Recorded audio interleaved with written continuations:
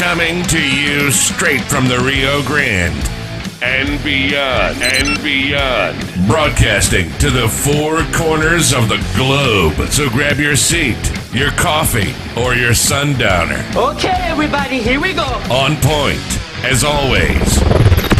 This is Gloves Off. Gloves Off.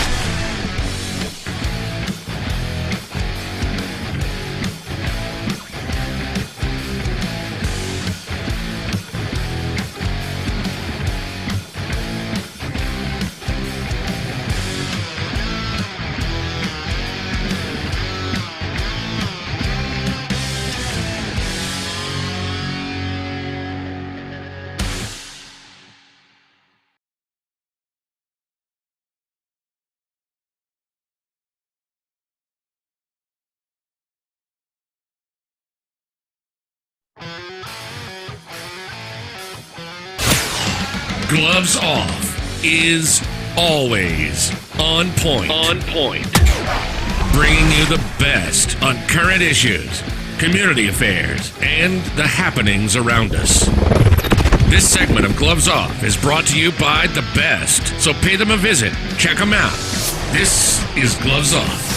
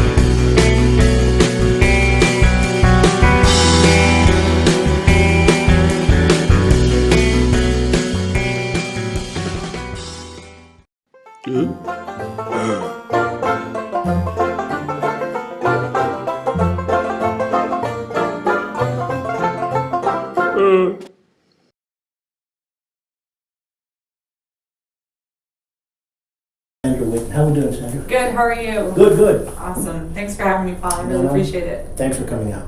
Thank you. Number one, thanks for stepping up, taking the bat, and taking a swing at this race. It's my pleasure. It's so important that we not only teach our kids that we need to stand up for what is right, but it's our country that we have to fight for at this point. This country is not the same country that we grew up in. Not even for a second. Our values are just being smashed apart. We're actually at a point in our nation's history where we're trying to decide if it's okay to kill a child after it's been born.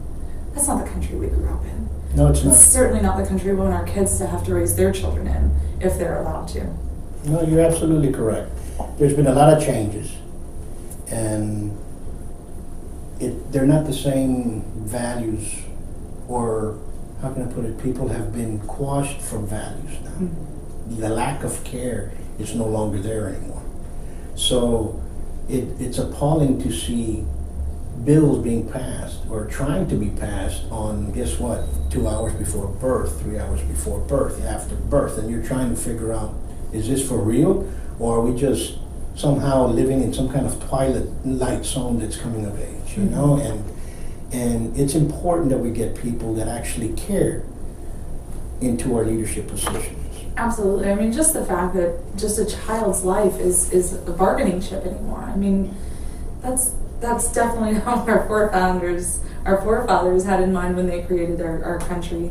It's not what our values have taught us. You know, once upon a time, it was never even an option. And people still live their lives without having that option. It's literally an option. You are choosing to end a life or not end a life. How many stories do we hear about children who've been born that they were told that wouldn't make it past the first trimester, let alone if they were born, they wouldn't, be able to make it past the first year. And yet, on the flip side of that coin, how many children have we seen that have been born and then have passed away just a couple hours after they were born because of their, anomalies when they were born? But that life is not any less precious to that mother. I've been to a funeral for a baby, very close friends of ours.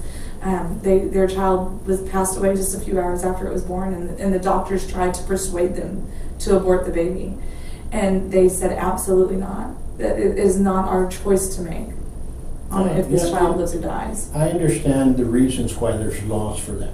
Mm-hmm. Okay, because if you do not have those laws, you're going to have back alley abortions. You're going to have gassed off abortions. You're going to have, before we have midwives, we still do, but you're going to have a lot of deaths that we had before. So there has to be a control legislation on what can happen with an abortion. Mm-hmm. But this about 3 months or 2 months in the last trimester and so on and so forth, it's appalling. Several states have already said if it's a heartbeat, you can't abort. Mm-hmm. And number one, thank you all for standing up for those states that have been doing that. Absolutely. But in this time and age, to see that, it's heartening. It's heartening. Nobody has a word anymore. You have a lot of politicians that run on promises that have never been fulfilled, even though people say promises go in the wind. But the lack of a handshake. I mean, these guys shake hands left and right all over the place. Mm-hmm. A handshake to me means a word. Right. Understand what I'm saying? And if they're shaking hands left and right, that means that they don't care anymore. Mm-hmm. Because if I'm going to extend my hand, it means that you have me, you have my attention, right, in whichever form or fashion. Right. But let's get down to Sandra. Talk a little bit about you. All right. Well, I've been here in our district here in Laredo for the last 10 years. I was born and raised in Virginia, a little southeast part near the beach, so I'm a beach girl. I married my husband when I was 18, and he was in the Navy at the time, and we got to go around the world together. He got out, and we came down here when he joined the Border Patrol. Okay. So we've got 4 kids. Our oldest 2 were born in different parts of the country, and our youngest 2 were born here in Laredo. So this is home. I mean, we've been here for 10 years. Yeah. Absolutely. And in the last 10 years, we've just been a part of the community.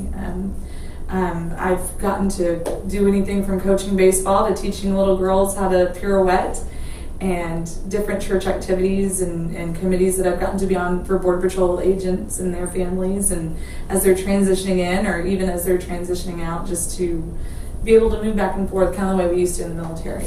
Just kind of bring it full circle. So I've enjoyed getting to see the city change and see our district change. In the last years, it's changed astronomically. How would you say that? When I first got here, it was a lot different. It was very close-minded almost. Like, people kind of just stayed in their parts of town, and if you weren't from here, then that was pretty much the end of it.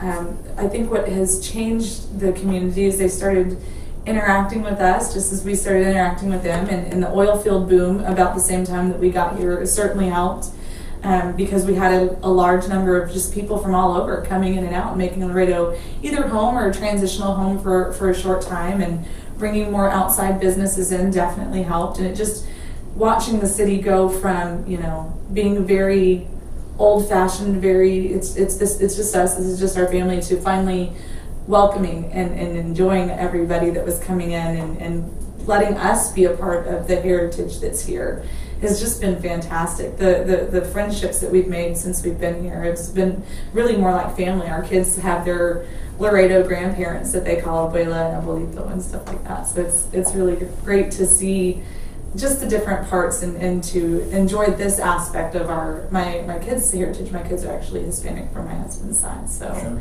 Okay. and getting to have that flavor into their life is it's really cool to be able to experience that with them. That's great. Why are you going to stand up and say, you know what, I need to run? What's going on? What happened to you? What made you decide that you need to step up and say, you know what, it's time? You know, I watched the 2018 elections with everyone else. We watched Ted Cruz and Francis O'Rourke, Beto, as he's better known, run against each other, and it was a very close campaign. Watching that and seeing that we had somebody who was trying to still fight for Texas, and we had somebody who was literally running on being cool, and almost won being cool, that really changed the whole face of what's going on in our country. It changed, you know, watching from here in Texas and watching the reaction around the country, it scared me.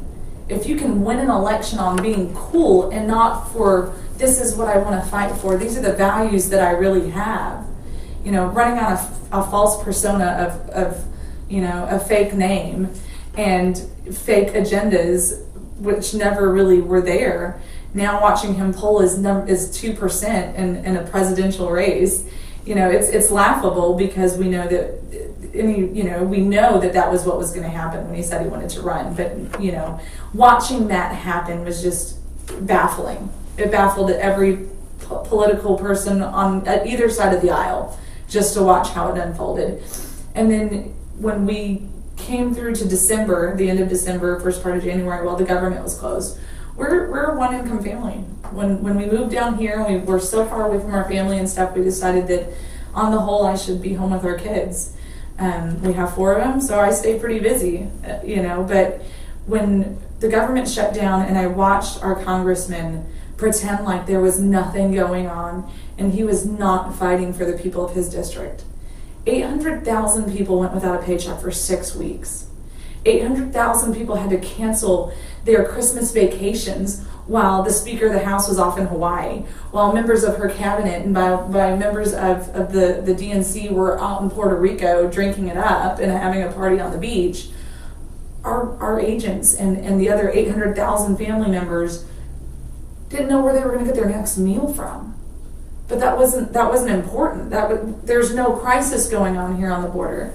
But during that time frame, we watched the numbers just jump astronomically of what they were catching in terms of numbers of people they were catching. In the first quarter, they caught the same amount that they caught in the entire year of 2018. But there's no crisis on the border. That right there, our incumbent is from Laredo. No, and you're absolutely correct. Our Congressman Cuellar is from Laredo, actually from this area. Mm-hmm. And that was kind of scary when him and other leaders of our community said there is no crisis, and they came up there with Pelosi in the middle of the bridge, and then 3 days later, you know, they had the riots and so on and so forth, and mm-hmm. everybody was freaking out. It's kind of sad to see. Okay, Laredo is now the #1 port in the nation. Mm-hmm. Not just land port like it was. #1 port. Yeah. Okay, so we have a lot of contraband of both human smuggling, drugs, mm-hmm. and everything else in between. Okay, I'm talking about illegal contraband. So there's a lot of import-export moving. And everybody blames each other. A lot of people say, no, it's illegals that are carrying all these drugs, walking across, and so on and so forth. Well, I have a ranch, and when you look at them and you find them, sometimes they can barely carry water. And our border patrol are more like search and rescue than they're actually out there trying to. That's what they're actually doing. They're getting them out of the lands they're dying out there, you know. Yes, they do catch drugs. Yes, they do catch all the rest of the stuff, all the smuggling and so on and so forth. Yes, it does happen. Mm-hmm. But they're more, to me, rescuing the individuals that are trying to come over here. Okay, mm-hmm. And I don't blame them for coming to America. Right. #1, we're the #1 country in the world. Exactly right. I mean, this is America. Who doesn't want to be here? Plain and simple. Okay, we have freedom. Here's a place where you can live, you can express yourself, while in many other countries you cannot express yourself or something's going to happen to you. But here in America you can. Especially as a woman. You're absolutely correct. And to have people say, we do not accept immigration. No. Legal immigration, we have nothing against. Not at all. Nothing against. But let's go back to the crisis. We do have a crisis.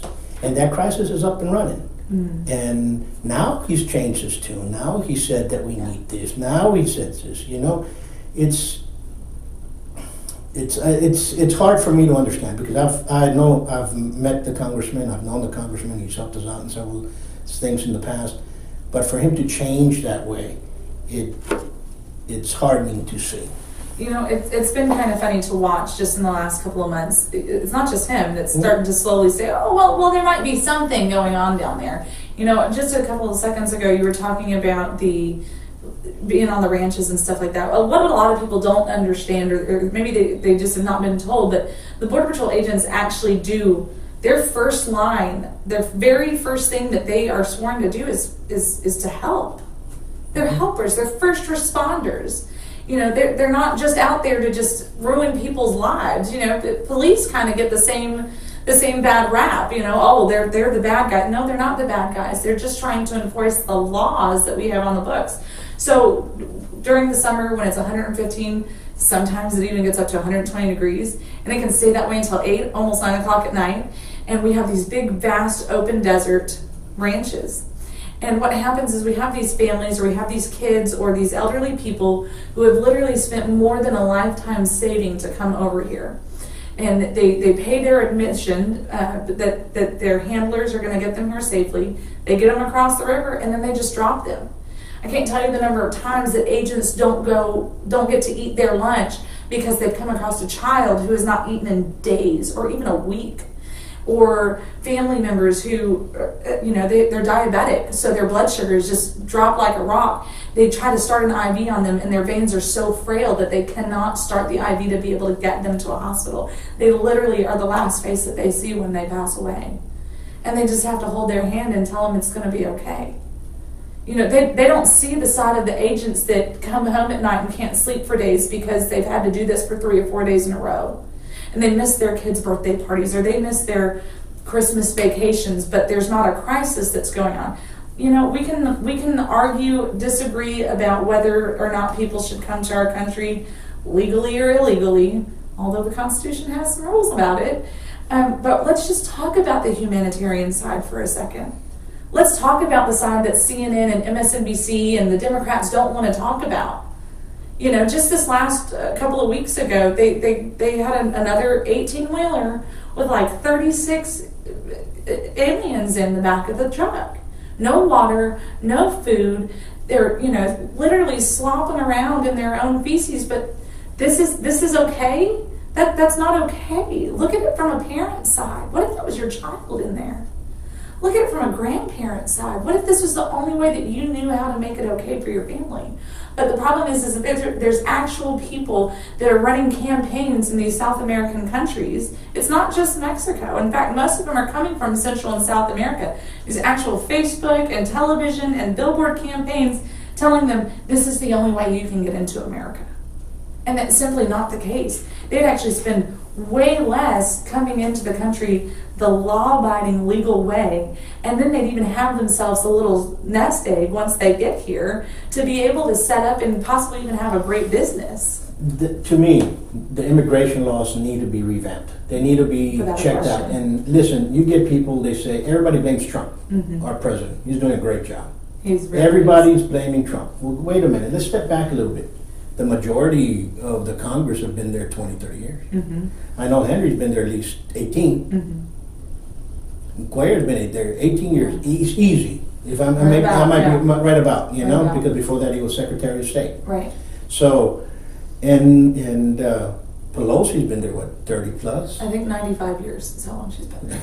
But, you know, you get a couple of the people in there, they do not understand what's going on. It's this narrative that's being passed on to the younger more naive individuals about not voting what's going on. Mm-hmm. They're actually, the Democratic Party, to me, and I voted Democrat for a long time, you have to be here, has changed. Mm-hmm. It's no longer the Democratic Party. People say, oh, no, you're a conservative, you're this, you're right wing, blah, blah, blah, blah, blah, you go honey, but okay, whatever. All right. But number one, the Republicans in Laredo have not won anything. Mm-hmm. It's the conservatives that are here. Mm-hmm. And the conservatives are the ones that are going to get you elected. Absolutely. Because they're the ones that are tired of everybody here. The silent vote from Laredo has changed a lot of things that are going on. It changed the jail that they wanted to push on us. So if they would start pushing, it stopped that civic center that they wanted to push on us. Understand what I'm saying? So Right. that silent vote is already awake. Mm-hmm. And the silent vote, the Laredoans that have 2-3 generations that have been here, they understand the problems that are here in Mexico. They understand the problems that they come over here. And so, you know, it's going to be a different 2020 election. It will. And I think that it's because people are realizing we do have a voice. We're allowed to have our own opinion, and Absolutely. It's not because we don't love our elders. It's not because we don't want the same concepts, but you're absolutely right. People are seeing where the Democrat Party has completely abandoned any sense of values they ever had. This is not the Kennedys' Democratic Party anymore. These are people who are literally maliciously attacking anything that disagrees. You're not allowed to have a civil conversation anymore to see both sides of the fence. And the problem is that we have more in common than we don't have in common. We have more that we agree on than what we don't agree on. You know, we could all argue all day long, but the truth is that we all love America. Sure. We all love Texas. We all love being able to have the freedoms that we have. You know, we just had Memorial Day, and one of the things that I kind of got a little bit upset is growing up, I come from one of the largest military towns in the entire country. And we have a very large sense of pride for our military family. I've come from a huge line of veterans. My husband's a veteran, like I had mentioned before. So to my baseball team, they're all between 4th grade and 7th grade. I said, what is Monday? And they're like, a day off from school. And I said, you're right, it's a day off from school, but what is Monday? And my son was the only one who could answer the question. Yeah. You know, we've abandoned the principles. And the reason that we had Monday off was because we were to remember the cost of freedom. The cost of freedom. All those Gold Star family members know what the cost of freedom is. And unfortunately, it was their service member's life. And we take that for granted here. We forget. And I think that that's the problem. We have forgotten where we have come from as a nation. You know, we see it all. We're watching it happen in San Antonio with the Alamo. They're trying to remove the cenotaph, and they're trying to completely revamp and make it into this glorious-looking tourist trap, and forgetting the true heritage of what the Alamo was about and the defenders were about. And we're seeing this happen all over the country. It's not just what's happening here, and it's not unique to what's happening here. But by erasing this and kind of just clouding it over with, oh, it's a day off, then we're forgetting the cost. As Texans, we always shout, remember the Alamo. What is there to remember? If we allow the powers that be to erase these memories, there's nothing left to remember because we're not teaching it in schools. Why aren't my kids being taught the importance of the Alamo? They're not. Why aren't they being taught the importance of the Revolutionary War? Well, the War of Independence. This was an independence war also. This was a country. Texas was a country. And that's where people forget. Mm-hmm. And you know, my family, they fought there, okay? My kin fought there. We've been here for a very long time. Now, when you get folks in there and they say, we need to celebrate Cinco de Mayo. This is something that On the Border and Taco Bell pride themselves on, you know? and they're like, why am I going to celebrate another country's not even independence. Yeah. It's actually a It's battle a battle that they where lost. the Mexicans beat up the French. You know, and like, well, you know, how about let's celebrate Texas Independence Day? Right. Nobody does that. I mean, Texas A&M does that, but you know, how come we don't celebrate Texas Independence Day? That's our holiday. Mm-hmm. How come we don't have a holiday for that? You know what they celebrate in the schools on Texas Independence Day? Dr. Seuss's birthday. They don't even bring it up. No, they don't. And I mean, don't get me wrong, I've read, you know, all the Dr. Seuss books to my kids. I love Dr. Seuss. But why aren't we celebrating Texas Independence Day? Why aren't we celebrating these historical Texas events? You know, they're taking. We have a statue of a Mexican general that's downtown. Okay, but that was the greatest Mexican general that ever lived. And then, of course, they come back and they say Pancho Villa and everybody else. But that was the greatest Mexican general. Where was he born? Goliad, Texas. But at that time, it was Mexico, but he was still born in Texas. Right. You know, so yes, okay, let's leave the statue there because he was born in Texas. Maybe we should move it from there and send it to Goliad because that's where he was born. Mm-hmm. But apart from that, you know, people don't understand the history for what we have. I have a good friend who lives up in the Houston area, and he was actually born in Goliad. So he's a big, huge, like 6'6" white guy. And he always says, "Yeah, I'm part Mexico. I was born in Mexico." No, it's but like, Walter, you you're born in Houston. He's like, "I was born in Goliad, and this used to be Mexico." And it used to, people say, and I used to go to college, and they used to say, "So when did you come over? When did you all come over to Texas?" What are you talking about? You know, when did your whole family come over here? Actually, the United States came over here. Yeah. But but yeah, okay. You know, earlier you asked me why I was running, and a lot of times people do ask me what my tie-in is. And why should I invest? Why should I care? I'm not from here. I've only been here 10 years. Well, I've been here most of my adult life, for starters. But look at the Alamo. Most of the defenders from the Alamo were not from here either. They were from all over. Tennessee, Virginia even. I mean, South Carolina. They were from all over. Because Texas is one big melting pot. You know, the Texas story is really the American story. We stood up, the Texans, the Texicans and the Alamo defenders, because you can't just classify them as Texians. They stood up for what they believed in. They weren't going to keep getting bullied, and they weren't going to keep pushing back. And, you know, I love the story of the Alamo, and I do think that it is not served the way it should be, because it's such a powerful story. Absolutely correct. If we really bring that to life as Texans, if we really let the rest of the country see it. You know, I used to always tease I've never dated a Texan because you knew exactly who the Texans were when they walked into the room. And you do. But living here for 10 years, like, I'm totally that guy now. When I go back east, like, I'm blaring my red dirt country. I've got my Bucky sticker on my truck and on my car, or, you know, on my cans and everything. And we're Texans. Like, we're proud of it. Because it's like the spirit that is what we've all forgotten throughout our entire country.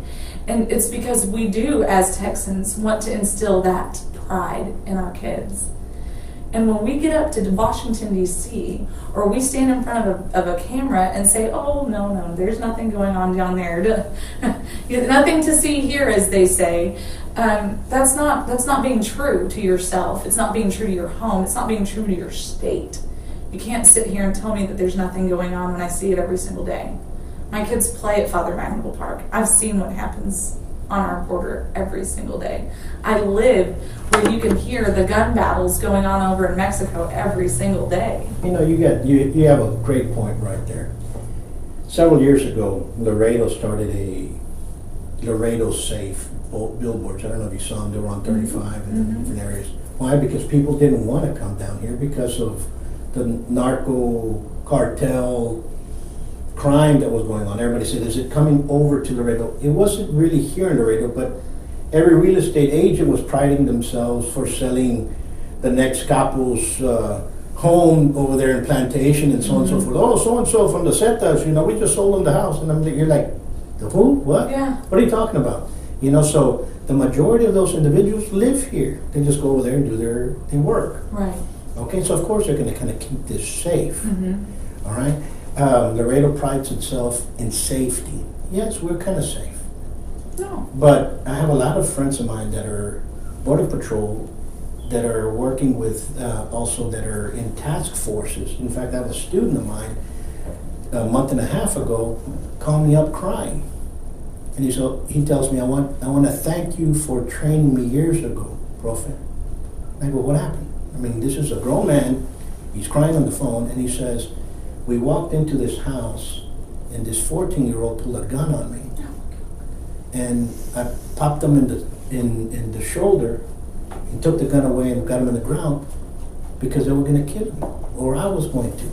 We had to defend ourselves. You know, he had the gun pointed. And I want to thank him. He was crying. He goes, this is going on all this week. What are they talking about? What are they talking about? That there's no crisis. There's crisis here. They're using our kids to move the drugs. And I kind of stepped back and I talked to several attorneys and I said, why are they using kids? Well, number one, they're juvenile. Those records do not go higher. Right. And I said, and remember, a 14 or 15-year-old will shoot you faster than a 30 or 40-year-old. Absolutely, because they don't have any control. They just don't. I have a 14-year-old. They have no impulse control. When he gets mad, he gets mad. When he gets upset, and he gets upset. When he just starts laughing, even when it's the most inappropriate time to laugh, they laugh. They don't have impulse control. It's not their fault. That's genetics. That's what happens because they're adolescents. And you know, the other thing that happens is that when they use these kids, you remember last summer when all of the detaining facilities were getting this bad rap, and Trump was just getting beat up one side and down the other, and the Border Patrol was getting beat up one side and down the other because these kids are being in cages and this, that, and the third, and it was just this tragic story that just looked awful, right? It was a processing center. It wasn't where they were staying long term. Last time I checked, even if it was 80 degrees inside that processing center, if that's what it was still 115 outside with no shade, right? They got water and peanut butter and jelly sandwiches, let's say, or you fill in the blank. They got that inside those processing center. Their needs, their immediate needs were being met inside of that processing center, not out in the barbaric conditions that they were sent out to be in, where they were being raped. Boys and girls were being raped by men because they could. Who's going to stop them? So then what ended up happening is for starters, we found out that I think it's like 1/3 of all of the kids that were coming through were not with a family member as they were being told. So I guess that meant that Trump probably had a pretty good hunch as to not just let all those kids go back with those people, right? But we don't want to say that out loud, do we? So we had these kids that were coming in. So this 1/3 is all of our, not all of them, but some of them are these 14-year-olds, like you're talking, 13, 14-year-olds. So they're young enough that they can be in this general pop, if you will, the gen pop. And they're able to go and rape all these other little girls because it makes them look cool. They're able to go and start recruiting because when you see me doing it, now you want to do it too, because now we have this cool power thing, because here we are 12, 13 years old, and we're the big man on campus. And like I said, I've got 2 kids, 14 and 11, they're both boys. And my boys are good boys, but if you have the opportunity to look cool, you're going to look cool. Because they don't have parents that cared enough about them to instill values in them. They did have parents that cared enough about them to try and give them a better life. But you're also giving these kids condoms and birth control because you know that you're putting your child in the opportunity to be raped maliciously. You can talk to any of these agents that are out here, and I remember hearing the story for the first time at a Citizens Academy that the Border Patrol used to do years ago, and they talked about a raping tree. And if any of you have ever heard this story before, it's horrible. But they literally will pull these coyotes will pull these girls or boys or women or men, whatever they feel like, who they want to prove their point with, and just throw their undergarments up in this tree as a warning to everybody else who's coming. Now, that's not all of the people that are coming. But if we don't control what is coming into our country, this is going to happen in the neighborhood near you. Oh. It is happening in the neighborhoods near you. MS-13 is one of the biggest gangs throughout the entire country. Do you know where one of their big headquarters are? Right next to my family that's in Maryland. You turn on the news and you hear MS-13, MS-13, MS-13, MS-13. You go to Los Angeles, you hear the same exact thing. Maryland. Maryland's not on the border, folks. It's not even close. I know exactly how far it is. I drive it every other year. It's not close. But this is what's happening. It's migrating all the way up through our country because we can't the Border Patrol cannot catch everyone. Absolutely. When we see these 18-wheelers with 36 people that are caught, they drove them through the checkpoint knowing that they were going to get caught, but if we kept them busy here, we can get something else past them. Of course. And now our resources are so thinned out because the left has criminalized a legal needed position of the law of the Border Patrol, that they don't have enough agents. And if you even think about becoming an agent, let's say that you're in Bismarck, North Dakota, and you say, hey, I want to go down there and become a Border Patrol agent, they need a lot of help. You know what you're going to get called? A racist. Because you hate people that are not you. You get called a racist because you fly the red, white, and blue. Okay? And that is sad. This is our country, number one. My flag colors is not the green, white, and red. It's the red, white, and blue. All day. That's exactly right. And these colors do not run from anything. Nope. Okay? And I used to fight in the ring. My coaches used to say, you have to run. I've never run before I couldn't run. Okay? I was sparring the ring, and I did very, very well. But what I'm saying is, I didn't need to run. I never ran. So when I see the problems that are here, the problems that are in our face, we have to change it.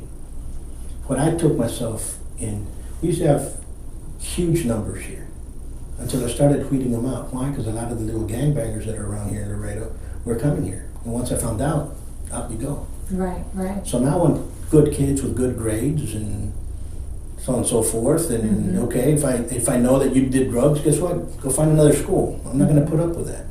Because I'm from that mindset that if you put one rotten apple into the barrel, the whole barrel is going to get rotten in a very short period of time. Absolutely. So not everybody says, oh, you all are criminalizing and you're Mexicans. Not Mexicans or immigrants. We're not.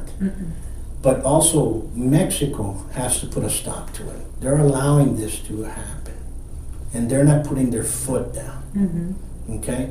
So stuff like that has to occur. Do we need a wall? Do we need virtual walls? And they talk about, oh, drones, and we're going to fly this, and we're going to fly, oh, yeah, okay. Keep dreaming. Keep dreaming. We have to put a physical barrier that's there.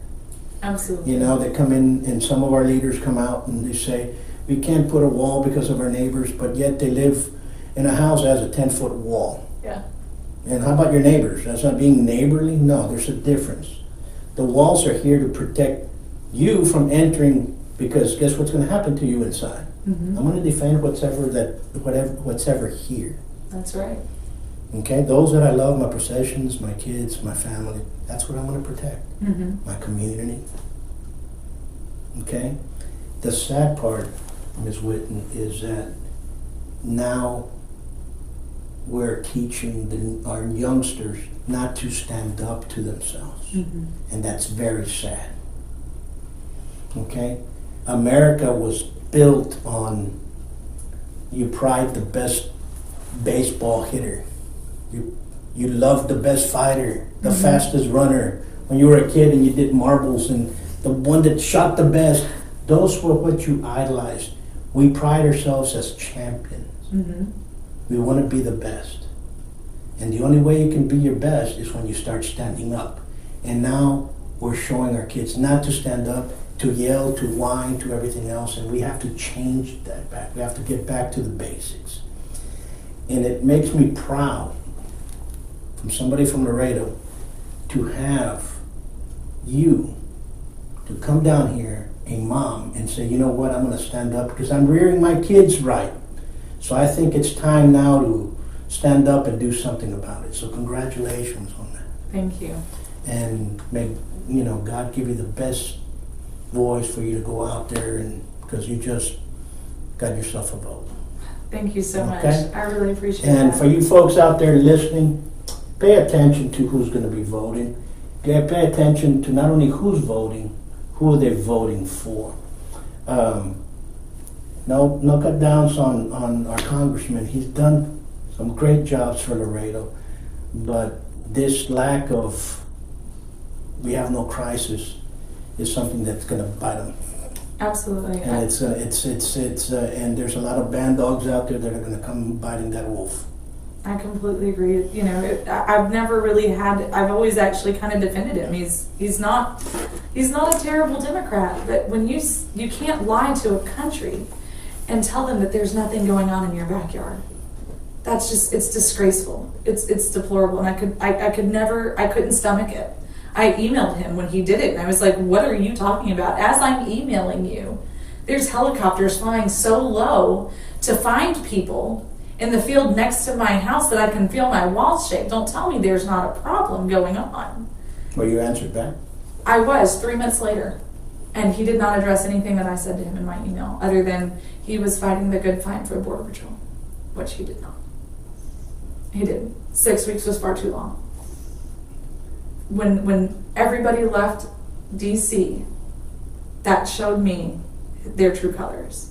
And it's time, you know, the government works for who shows up. And it's time for Americans to stand up and do what's right.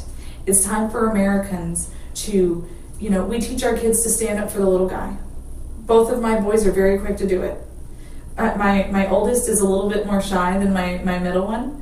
But both of them are very quick. My oldest has been called a racist more times than he cares to count. A couple of weeks ago, we went someplace, and he was honestly afraid to wear a Trump shirt because he didn't want to get called a racist again, because he had to go, he had to deal with a lot. He got bullied so bad just for telling somebody something. And my kids are Hispanic. They're brown. You know what I mean? Like they don't look like I do. And they were called racist, and that they didn't care about their friends. My middle son is very quick to be like, no, he was during the 2016 elections, he was debating teachers and classmates about Hillary and Trump. Well, that's not hard to do here in Laredo. It's not When hard. A 9-year-old can debate you over the facts, because you didn't, and he was very honest. He's like, Mom, they didn't know that that's what their candidate stood up for. And when I could show it to them, they were just dumbfounded. You know, so it's important that we're educating ourselves about our candidates. Whether it's me, whether it's Square, whether it's Trump, whether it's, you know, the 900 Democrat candidates that are running right now for president. You know, go in there and do your research. Look at who's backing them. Look at their you know, votesmart.org, and I absolutely love them because they send out questionnaires to the candidates. Henry Cuellar has refused to answer theirs for several years, by the way. No, I'm pretty sure. But let's do this. Do you believe in term limits? Absolutely, I do. 100%. And that's something that we need. Mm-hmm. We need term limits from the lowest level of a public official all the way to the highest. Absolutely. And that is the problem. It's not Trump. These problems were around 10 years ago, 20 years ago, 25 years ago, 30 years ago. And we have the majority of Congress has been around 20 years plus. And they have yet to do something but kick the can down the street. And now somebody said, this can is not going to go any further. Now we're going to do something about it. And that's what we needed. Trump right now is a perfect man for the place. You know, at first I didn't vote for him. I voted for Rand Paul. Okay, but I told everybody the one that's going to win is Trump. And he's going to win again. Okay, and he's going to win again because of the division that the Democrats have placed on everybody. That hate has to stop. It has to stop now. Okay? You know, there were so many. The funny part is that Trump was not a politician for 6 years ago. And yet they're blaming him for everything that's happened. Trump was not a racist until just a couple of years ago when he said he was going to run as a Republican. There's tons of pictures of him with Al Sharpton, with Jesse Jackson, with, you know, fill in the blank. And then people, African Americans, were being targeted because they were talking to him. They didn't say they were agreeing. They just would agree to go and talk to him to see what they could do to make changes. And then they were being targeted as racists. Steve Harvey, it happened to him. It happened to, what's the rapper? Ken West. Yeah. I mean, you know, they weren't trying to turn their backs on their people. They were trying to see how they could make things better. What is it that Trump wanted to do to change things? We never, in my, I mentioned before, my husband is half Hispanic. I'm from the most redneck part of the country, okay? Just south of Jackson, Mississippi, or, just shy of Jackson, Mississippi. I'm one of the most redneck areas in the entire country. And I married a not white guy. And do you know what happened? Nothing. Nobody has ever said a word to me. Nobody's ever said a word to my children. Nobody has ever called me a turncoat or any of those things. I've been with my husband for 19 years. But then all of a sudden, now this was 20 years ago almost, and this wasn't a problem. But now it's a problem. Now people are saying, "Oh, you're an interracial. Oh, wait, but you believe in the Border Patrol is good? Aren't you a racist then?" I've never been called a racist in my entire life, but now I'm a racist because I agree that we need to enforce the laws that we've had for hundreds of years, or for a couple of hundreds of years, because we are trying to do what the Constitution says that we're supposed to do. Obama said that we needed to enforce our immigration laws. No, they all did. Clinton said we needed to, but now the one who's not been a candidate or a politician for years is the racist. Let's bring it down back into reality. Mm-hmm. Okay. Drive illegally to Mexico. Drive past, go illegally and go into Mexico, what's going to happen? Let's just, number one, I'll tell you what's going to happen. Go to Mexico and get in a car wreck. Mm-hmm. If you're a guy, the police from here, the police are going to come in here and they're going to tell you, you have a little bit here. They're going to grease my palms, kind of thing, more to be that. And if you do not have one, little money to give them, they'll beat you up right there. They're going to confiscate your car. They're going to take you to jail. They're going to beat you up again. Mm-hmm. Okay? You remember that Marine that happened to a couple years ago? To many people. Yeah. It's happened to. It happened with me when I was 16 years old. Okay? And I didn't even wreck a car, just that I drove over there and all of a sudden, because we used to drive back and forth, all of a sudden the police stopped and took me in. I was in jail. I was in jail. They lined us up and they got one kid, he was a little older than us, because I was 16, he must have been about 19. They strapped him down to a chair. Okay? They put tape on his mouth and they got Topo Chico mineral water and they squirted up on his nose. And the kid was dying until he confessed that he had stolen or something or other, and then they took him to jail. And that was going to happen to everybody. Okay? So when people say that Mexico does not treat Americans right across the border, please, I want nothing to do with Mexico. Okay? But let's be fair, let's play on the level. Mm-hmm. If you go illegally to Mexico and they find you illegally in Mexico, believe me, you're going to be in jail. Mm-hmm. Okay? And it's not going to be where they're giving you all of the accommodations that you need, and even more. Okay, so for our leaders to say, they don't do that, please. I don't know what you've been smoking or what you've been praying on or what they've been drilling in your head, but let's be on the level. Mm-hmm. Okay? Number one, we want safety for our kids. Mm-hmm. We want safety for our elders. We want safety here. We want an income here. Has Congressman Cuellar brought money down? Yes, he brought a lot of money down. He's brought a lot of programs down. It's been very beneficial. But you lost it when you said there was no crisis. Absolutely. I mean, that right there, that was an instant turning point for me.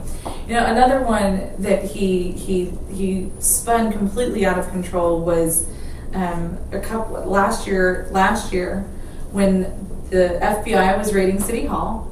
We were up for a grant from the government for, I believe it was like $76 million or so for infrastructure for our road to finish 69 over here, right next to my house, actually. And we didn't get it. The city of Laredo didn't get it. And he blamed Trump. The first thing that came into my mind, and I mean, within days of FBI raiding City Hall and everything, I wouldn't give $5 to somebody who was being raided by the FBI. So that was my very first thought.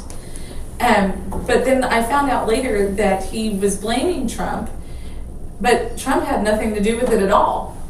He was not the reason that the money was not awarded here. It was that they had not done their part in getting the road to where it needed to be in order to even receive the grant. That's why we didn't get the money. Now, we were talking earlier, we've got the #1 port in the country. $200 billion a year drive right over top of Mines Road. And we have a 2-lane road going each way. What happens at Christmas time? What happens when the gates get closed over there and for unexpectedly? The entire thing backs up. It was backed up yesterday. It was backed up, exactly. But imagine trying to get a kid to a baseball game on time, but you can't because you imagine- can't get down the road. Or imagine you're somebody's having having a heart attack. or having complications because you're pregnant and all of a sudden, guess what? That was my #1 fear when we had both of our Okay. babies. So there's a lot of stuff that's going on here that we need to wake up. We live in a beautiful city. We really do. Okay, let's not knock Laredo down. Laredo's a beautiful Mm-hmm. city. The people are here. They're great. We have so much history. But what we need to understand is we want to be the best. Let's be the best. Absolutely. Let's start acting like the best. And then I start acting like you owe me. I don't know. I don't owe you anything. On the You have to contrary, work hard for it. I gave you my boat. You better do something right with it. Okay? Mm-hmm. #1. And that's basically what happens. Okay? And so this you owe me attitude by some of these politicians that we have has to stop. Mm-hmm. Now, if but let's just take it that route. Absolutely. I mean, the city is gorgeous. We should be a shining star in our state and in our nation as the #1 port. And instead, we always get swept under the rug, and it's not fair. The people here, the businesses that are here, the international businesses that are here. I mean, we're #1 for a reason, but we're not shown and showcased like we're #1 because our representatives aren't treating us like we're #1. They're not fighting for us the way they should be. And it's a shame. Imagine how much more we could be and how much more we could do as our city if we even got half the credit that a city like San Antonio got, or a city like Dallas or Austin or any of them. These are all cities that are on 35. Everything that goes comes, we're the gateway city. Everything starts here. Everything starts in our district. Our entire district is just fantastic. But we've been shoved under the rug for so long. Because if we start showing if we really start showcasing the people, we start showcasing what we have to offer, then we would have to also admit that there is a border crisis. And that does need to be taken care of so that these awesome businesses could thrive, or so that these awesome little towns could be dusted off, and instead of being used as safe havens or hideouts, could then be used for historical purposes, or could be used as tourist attractions so that we could bring in more revenue. People are afraid to come down here because they hear about the border, just like we were talking about. But then when they get here, they're like, this isn't what I was expecting at all. You're right, it's not. If it was as bad as you were expecting, then, I mean, who would want to live here? We have about 275,000 people. That's a big city. That are registered. That are registered. Imagine how many more we actually have. Those are just the taxpayers. But we have that many people. That's 250,000 people. And most Texans don't know what's in Laredo. We had the honor of bringing some people down here during the WBCA events and showing them, just showcasing our town. And they were shocked. These are people from Dallas, people from Houston, people from Austin, I mean, just all over. We had about 40 or so people that we just showcased Laredo to. They had no idea that we had our ports here. These are businessmen and women, like big businessmen and women. They had no idea. And at the time, that was just when we were the #1 land port. But now that we're the #1 port, they're like, hey, those numbers that you were telling us, like, we heard it on the nightly news. And it's like, well, it's because those are real numbers. We have a lot to be proud of. So why our congressman is not fighting for what the city and for what the district deserves is unfathomable. I've been here for 10 years, and I'm not going to pretend like the whole entire 10 years has just been sunshine and roses. It hasn't been. We did have a lot to acclimate to. But when I go to other parts of the state, my in-laws live in Dallas. My dad now lives in Fort Worth, and you know, it's night and day. Y'all go all over the city and state, or I mean, all over the state as well. But there's no reason that we can't be held to the same limelight as the other cities. Absolutely. We deserve it. Our people deserve it. And think of all the other opportunities that will come and will be afforded to us once this district starts being showcased the way it's supposed to be. You know, since, you know, we used to have a base here, Air Force Base. Mm-hmm. When the base closed down, everybody said Laredo was going to go under. It's trying to continue fighting forward. Mm-hmm. In the 80s, we had the peso devaluation because everybody invested their money across, the majority, and they thought we were going to go under. It got better. This crisis is a crisis, and now everybody's standing up and saying it's a crisis. Yes, we are, you know, and please understand it. Unless you agree with having somebody in your family that's on drugs, seeing somebody sell drugs down the street from you, seeing somebody get beat up because of drugs, Mm-hmm. if you like that, then say that there's no crisis. Right. Understand? Mm-hmm. If you like human trafficking, say there's no crisis. Then be honest. But the crisis we do have, and we need to stop it. And our police better get better. Our law enforcement better start getting better training, because it's going to get worse before it gets better. Mm-hmm. And now that we're number one port, it's going to double. Mm-hmm. Okay? And people might say, no, it's not true. No, it is true. You know, when I first came back here in the 90s, I told the chief of police, I told the sheriff, Juan Garza at that time, some of our city council, we need to do something here before we get a gang problem in Laredo. Now we have a gang problem, and there's still nothing being done for our kids. Mm-hmm. We do not have preventative programs unless you yourself is teaching baseball. We're teaching martial arts here. The guy's teaching boxing over here. But we do not have programs that go out there we spend all this money elsewhere. But let's spend money into getting these kids into and start putting them out. The sheriff is doing an excellent job because of Juan Garza left that in there, and he's continued, Mm-hmm. which is the congressman's brother, Mm-hmm. Sheriff Martin Cuellar. He's done an excellent job with the PAL system. But we need more. Absolutely.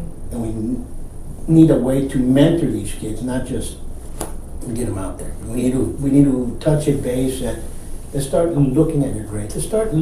We have to change the way it's being done Mm-hmm. to have a better in the future, right? Absolutely. You know, there's a lot of really great programs, but we don't have them here. We don't have a YMCA. No.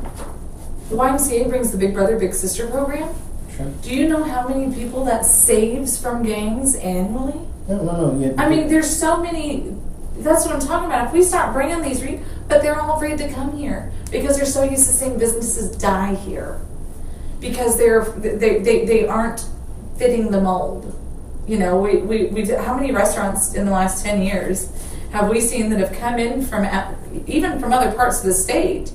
You know, look at where Hooters is and closed within a year. What is it? The joke is that it's got the plague over there, but Hooters has been there the longest out of the 10 years I've been here. It used to be an Outback, you know, but it just before that was something else, and there's several other restaurants. But you know, that's what happens here. It's listen. And the only thing we can pray for is we need to pray for folks to start voting. Voting is so key. Okay, if not, we're going to have the same. Mm-hmm. If you're not satisfied with the same, stay home and do not vote. Mm-hmm. Okay? But you have to get out there and vote, and you're going to have to go push doors and knock on doors, push flyers, handshake. Absolutely. And once more, I want to wish you the best. Thank you. I really appreciate it. Until next time, you guys have peace.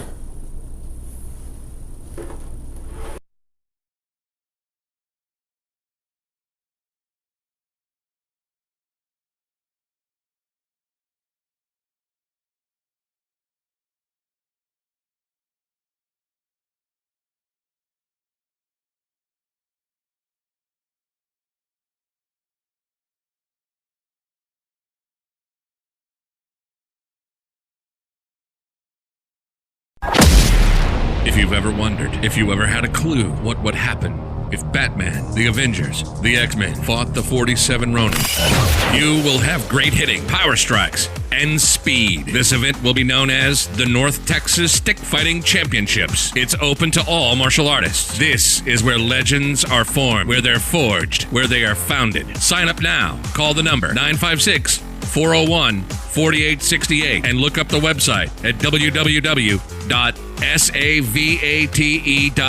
So remember, this is for serious martial artists. If you're not serious, sit back and whisper about the event.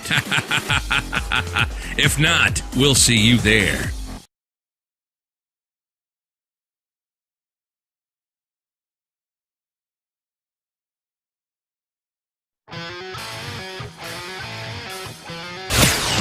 Gloves Off is always on point. On point. Bringing you the best on current issues, community affairs, and the happenings around us. This segment of Gloves Off is brought to you by the best, so pay them a visit. Check them out. This is Gloves Off.